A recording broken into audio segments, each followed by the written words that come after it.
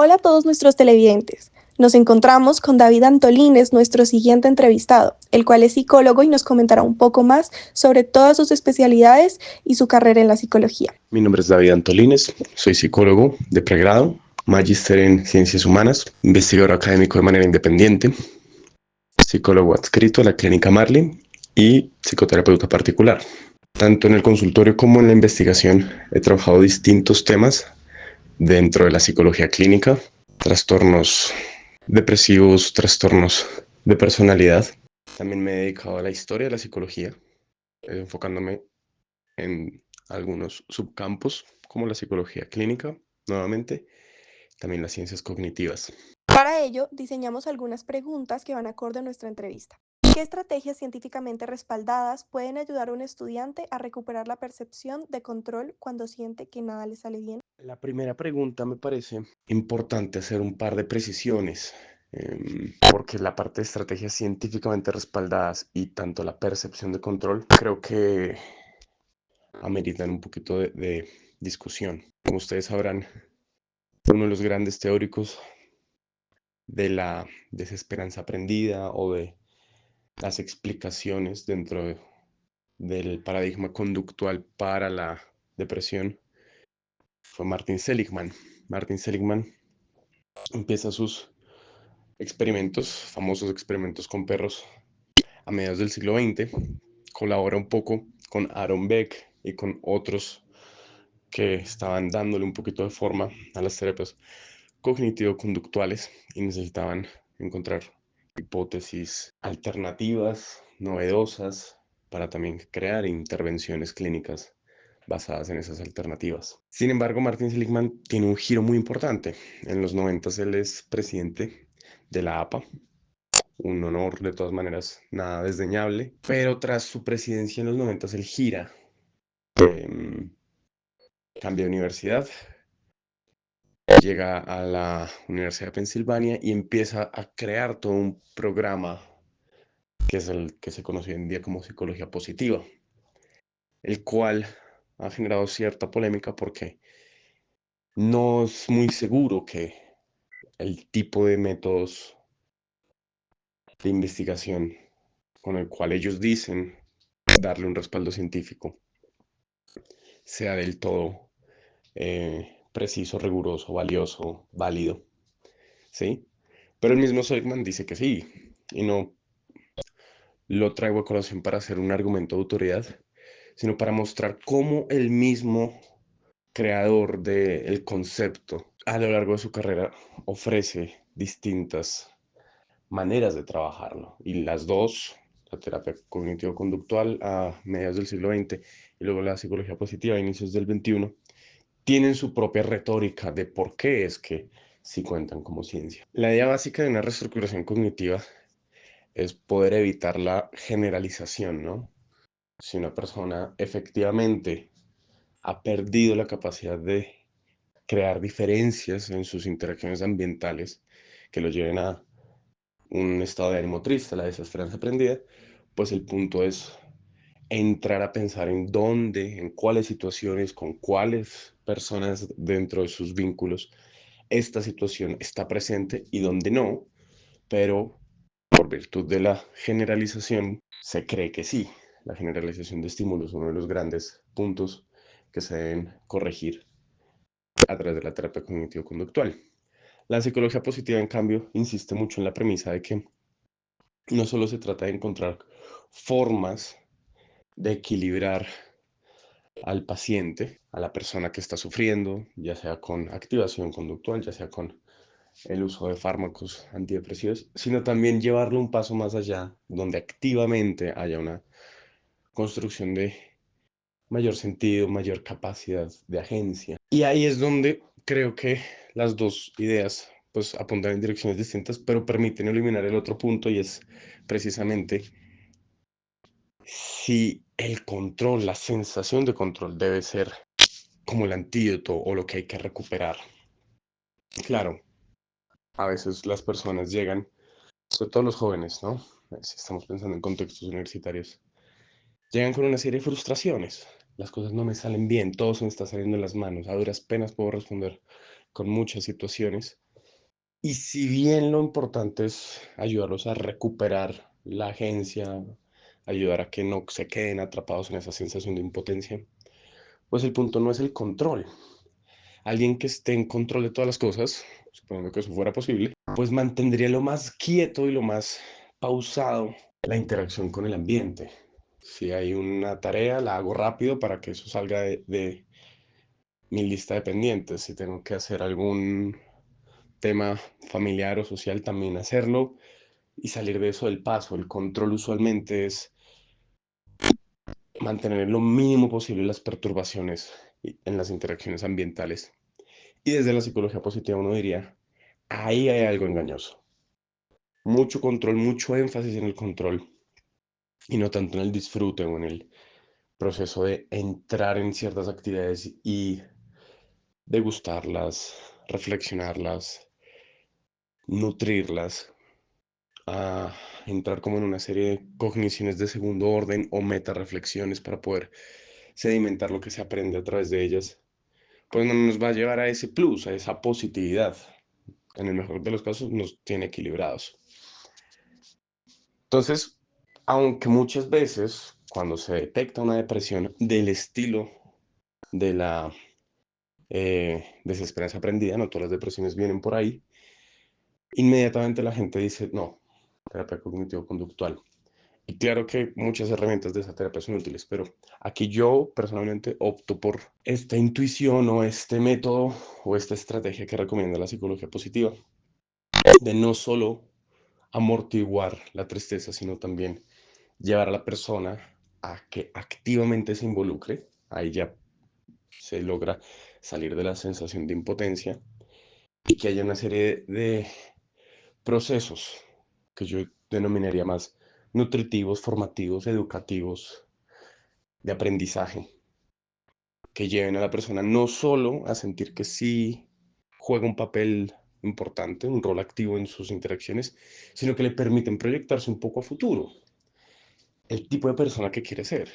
Si estamos, vuelve y juega, hablando de jóvenes en un contexto universitario, es ¿qué esperas que pase al final del semestre? ¿Qué esperas haber aprendido? ¿Qué esperas cuando se acabe la práctica, cuando se acabe la carrera?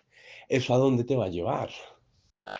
¿Cómo estás moviéndote y cómo estás pensando, procesando, dándole sentido, significado a las interacciones positivas y negativas por igual que estás teniendo en el presente, en miras al futuro? Y es que ese en miras al futuro es donde realmente se introduce la esperanza. Entonces, curar la desesperanza aprendida, curar no es quizás la mejor palabra, pero me entienden, no es recuperar control, es introducir esperanza.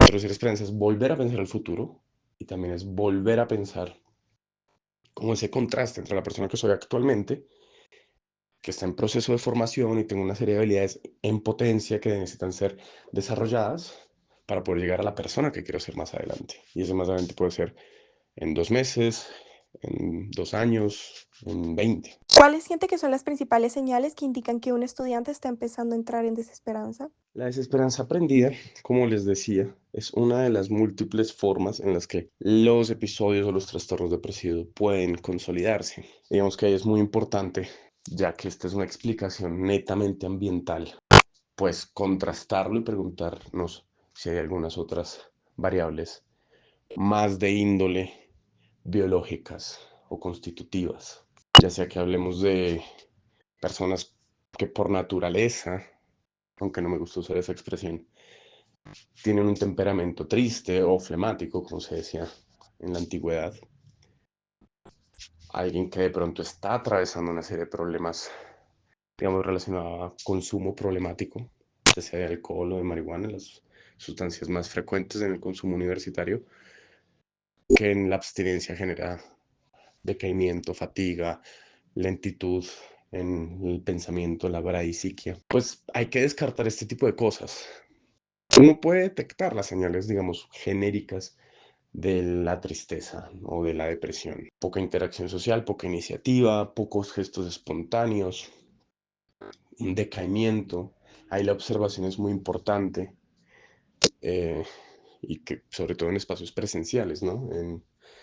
espacios de aulas virtuales donde la gente apaga las cámaras y uno puede ver las caras de ellos, pues ahí se pierde mucha oportunidad para detectar si un alumno que tiene porte desadecuado, que está desatendido en su higiene, en su misma vestimenta. Ahí hay un montón de señales visuales importantes. Pero ya entrando, idealmente en un espacio de entrevista clínica o en algún tipo de conversación donde se pueda profundizar en esto, pues ver por dónde viene. Ahora, esto es conceptualmente muy claro, pero en la vida real, desde luego que no. Porque puede ser que haya un tema de desesperanza aprendida y también puede ser que hayan otras variables biológicas, orgánicas o también relacionales, pero que no estén dentro del tema de la desesperanza aprendida. La desesperanza aprendida es interesante porque, como les digo, opera a través de la generalización. Entonces, si uno detecta más o menos dónde es el ambiente o dónde son las interacciones donde la persona siente que sus acciones no generan cambio, pues ahí hay algo muy claro para detectar el problema raíz, por así decirlo. Ahora bien, en mi experiencia, precisamente si estamos hablando de estudiantes universitarios, pues la universidad no suele ser ese tipo de ambientes. Cada universidad varía, desde luego, pero en general las universidades en nuestro país son ambientes muy flexibles. Uno tiene distintos compañeros, distintos profesores, distintos horarios, distintos edificios en los cuales tiene que ir a las distintas clases, distintas cafeterías. Entonces, rara vez uno siente que el contexto universitario es el origen de la desesperanza aprendida, por lo que es amplio y por lo que es flexible, y eso ayuda a que la generalización de estímulos no sea tan propicia o tan rápida o tan obvia. Suena cliché, pero la gran mayoría de las veces sucede es en contextos familiares o de pronto relaciones de pareja, por lo que no son contextos tan amplios y tan flexibles en sus distribuciones y compartimentalizaciones de espacios, sino que son espacios reducidos. Y esto, digamos, se nota mucho en familias numerosas y pueden darse dinámicas un poquito de hacinamiento. Familias donde en una sola casa tienen que compartir tíos, abuelos, hermanos, padres, donde de pronto todo gira en torno al cuidado de algún abuelo que está sufriendo una enfermedad, alguna demencia, algún tipo de condición que los limita y toca asistirlos un montón. Eso, usualmente esos espacios más cerrados, donde hay aglutinamiento, donde hay una problemática como columna vertebral, pues conlleva todo eso. Entonces, más bien la pregunta es, digamos, revertiendo el orden, preguntarle al alumno, sí, cuando sale de casa y va a la universidad, a pesar de que también son espacios con exigencias, con estímulos aversivos, ese cambio de ambiente de uno cerrado y desesperanzador a uno más abierto y flexible le ayuda. Y muchas veces hacerle esa mención o hacerle ese señalamiento ya ayuda a que se rompa un poquito el patrón mental de la generalización de estímulos. Claro, como todo, sobre todo en salud mental, lo digo con frecuencia, es un arma de doble filo, porque también se puede caer entonces en un patrón evitativo donde alumnos que llegan a primerísima hora a la universidad, 6 de la mañana, incluso antes, van a la biblioteca, estudian un montón y llegan lo más tarde posible a sus casas, pues para evitar entrar en esos ambientes. Solo que, pues, evitar y resolver el problema son dos cosas muy distintas y usualmente la evitación no solo es postergar el inevitable encuentro con el problema, en este caso, en este ejemplo, de índole familiar, sino que además la evitación de manera prolongada después hace que las personas sean mucho más susceptibles a desarrollar patrones de sentimientos ansiosos, de cognición anticipativa, de racionalización, de temores, de pérdida de la habilidad de la confrontación. Entonces, ahí hay que tener cuidado, que romper la generalización y abogar por la flexibilidad de espacios y de contextos no signifique huir activamente del problema. Y en general creo que eso aplica para cualquier trastorno. Uno veo a un paciente con X o Y dificultad, lo primero que uno hace es acotarlo, mostrarle que es una dificultad o unos síntomas que aparecen en tal momento y en tal espacio, lo que se llama la topografía de la conducta. Pero pues no se trata de entonces huir de esos espacios o esos momentos, sino poderlo manejar. ¿Cómo definiría la desesperanza aprendida dentro de un contexto universitario? Como les decía en una de las respuestas anteriores, no estoy muy seguro de que el contexto universitario, por ser abierto, flexible, genere mucho este tipo de dinámicas. Ahora bien, quizás la excepción, porque siempre hay excepciones a cualquier regla o frase generalizadora, diría que tiene que ver con los problemas relacionados a la vocación, a la elección de carrera. Un alumno que, ya sea por obligaciones familiares o por que no fue muy acompañado en el final del bachillerato y no reunió suficiente información, tomó la decisión de entrar en una carrera X. Pero esa carrera X realmente no conecta con sus habilidades, con sus intereses. No hay que olvidar que los alumnos universitarios no son pizarras blancas, aunque se insista mucho en que son primíparos y no saben nada. Pues claro, han tenido un montón de experiencias previas en sus colegios, en sus familias. Algunos han tenido intercambios, algunos han tenido un abanico impresionante de actividades extracurriculares. Y si elegir la carrera no resuena o no guarda cierta afinidad con sus intereses de sus trayectorias previas, pues va a haber una constante frustración. Y esta frustración va a estar repetida, aunque me toque distintas aulas, distintos compañeros, distintos profesores. Pues porque las materias van a seguir siendo todas de esa carrera X que no se corresponde con mis intereses Y o Z. Eso puede pasar mucho. Y claro, ahí también entran una serie de preguntas, que son preguntas que no es que sean ilógicas, pero que de hecho refuerzan la desesperanza y es, no me puedo cambiar porque pierdo el crédito o pierdo el seguro o pierdo la plata o mis papás no lo van a autorizar o no me puedo cambiar porque ya llevo 3 semestres y solo me quedan otros 5. Entonces de pronto en las prácticas la cosa cambia y yo sí me enamoré de la carrera. No puedo cambiarme de carrera por X, Y o Z. Entonces, no solo es el chocar constantemente con una mala decisión vocacional, sino el sentir que tampoco hay nada que se pueda hacer al respecto. Claro, no es cambiar por cambiar, porque pues, ¿quién nos dice que si salto aleatoriamente a una segunda carrera, con esa carrera sí le voy a dar al blanco? No, hay muchas veces hay que poder hacer una pausa, hay que poder hacer un ejercicio de introspección, de acompañamiento, orientación vocacional. También es engañoso porque muchas veces esa pausa se hace en un momento en el que retiran el semestre. Y la excusa de siempre es que se ponen a estudiar inglés o algunos cursos de programación por Platzi o alguna de estas otras plataformas de educación online. Pero eso es perder un montón de activación conductual porque las personas, al menos en las universidades, se mantienen moviendo. La universidad es un espacio muy interesante, al igual que los colegios, pero la universidad lo es aún más porque, sin decir que todo sea miel sobre hojuelas, desde luego, sí ofrece una serie de recursos. Y es muy bueno que lo hagan. Y ahí creo que uno no siempre valora el trabajo de las decanaturas de medio o de las vicerrectorías de medio, donde ya no es el énfasis en lo académico, sino en el campus.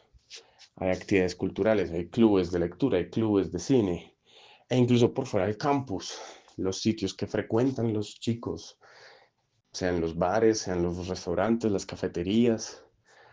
El campus de manera extendida le ofrece a las personas una serie de estímulos, estímulos sociales, que no siempre es fácil. Uno también escucha casos donde la gente se siente como mosca en leche, casos donde la convivencia con los alumnos, entre alumnos, no es tan buena.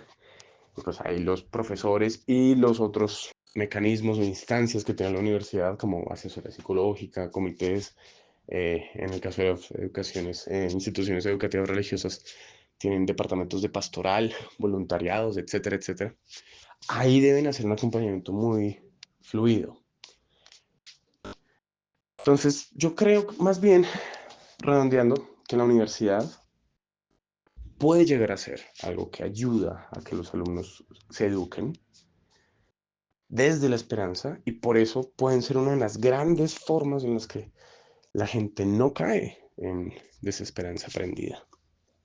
Ahora las universidades no son edificios o instituciones rígidas, fijas, ¿no? Son organismos vivos, hay profesores que preparan sus clases semana a semana, hay consejeros académicos que le hacen seguimiento a sus alumnos semestre a semestre, hay agendas culturales que se renuevan mes a mes, y no hay que darlo por sentado y no hay que creer que ya porque está en la universidad usted todo le va a salir bien. Ahí tienen que coordinarse una serie de actores vivos, por eso hablo de que es un organismo vivo, pues para mantener la flexibilidad y mantener la esperanza, mantener la conciencia que estamos aprendiendo para ser mejores en un futuro y ser mejores en un mundo que necesita que la gente sea mejor y también que nos estamos cuidando entre todos en el presente y parte de ese cuidarse es a veces hacerse las preguntas feas. ¿Elegí bien la carrera o no la elegí? ¿Logro conectar bien con mis compañeros o no? ¿Y por qué? Aquí hay mucho, mucho y da para una discusión mucho más extensa. Pero ¿cómo definir la desesperanza aprendida dentro de un contexto universitario? Yo diría que si hay desesperanza aprendida, es una clara señal de que la universidad no está haciendo bien su trabajo.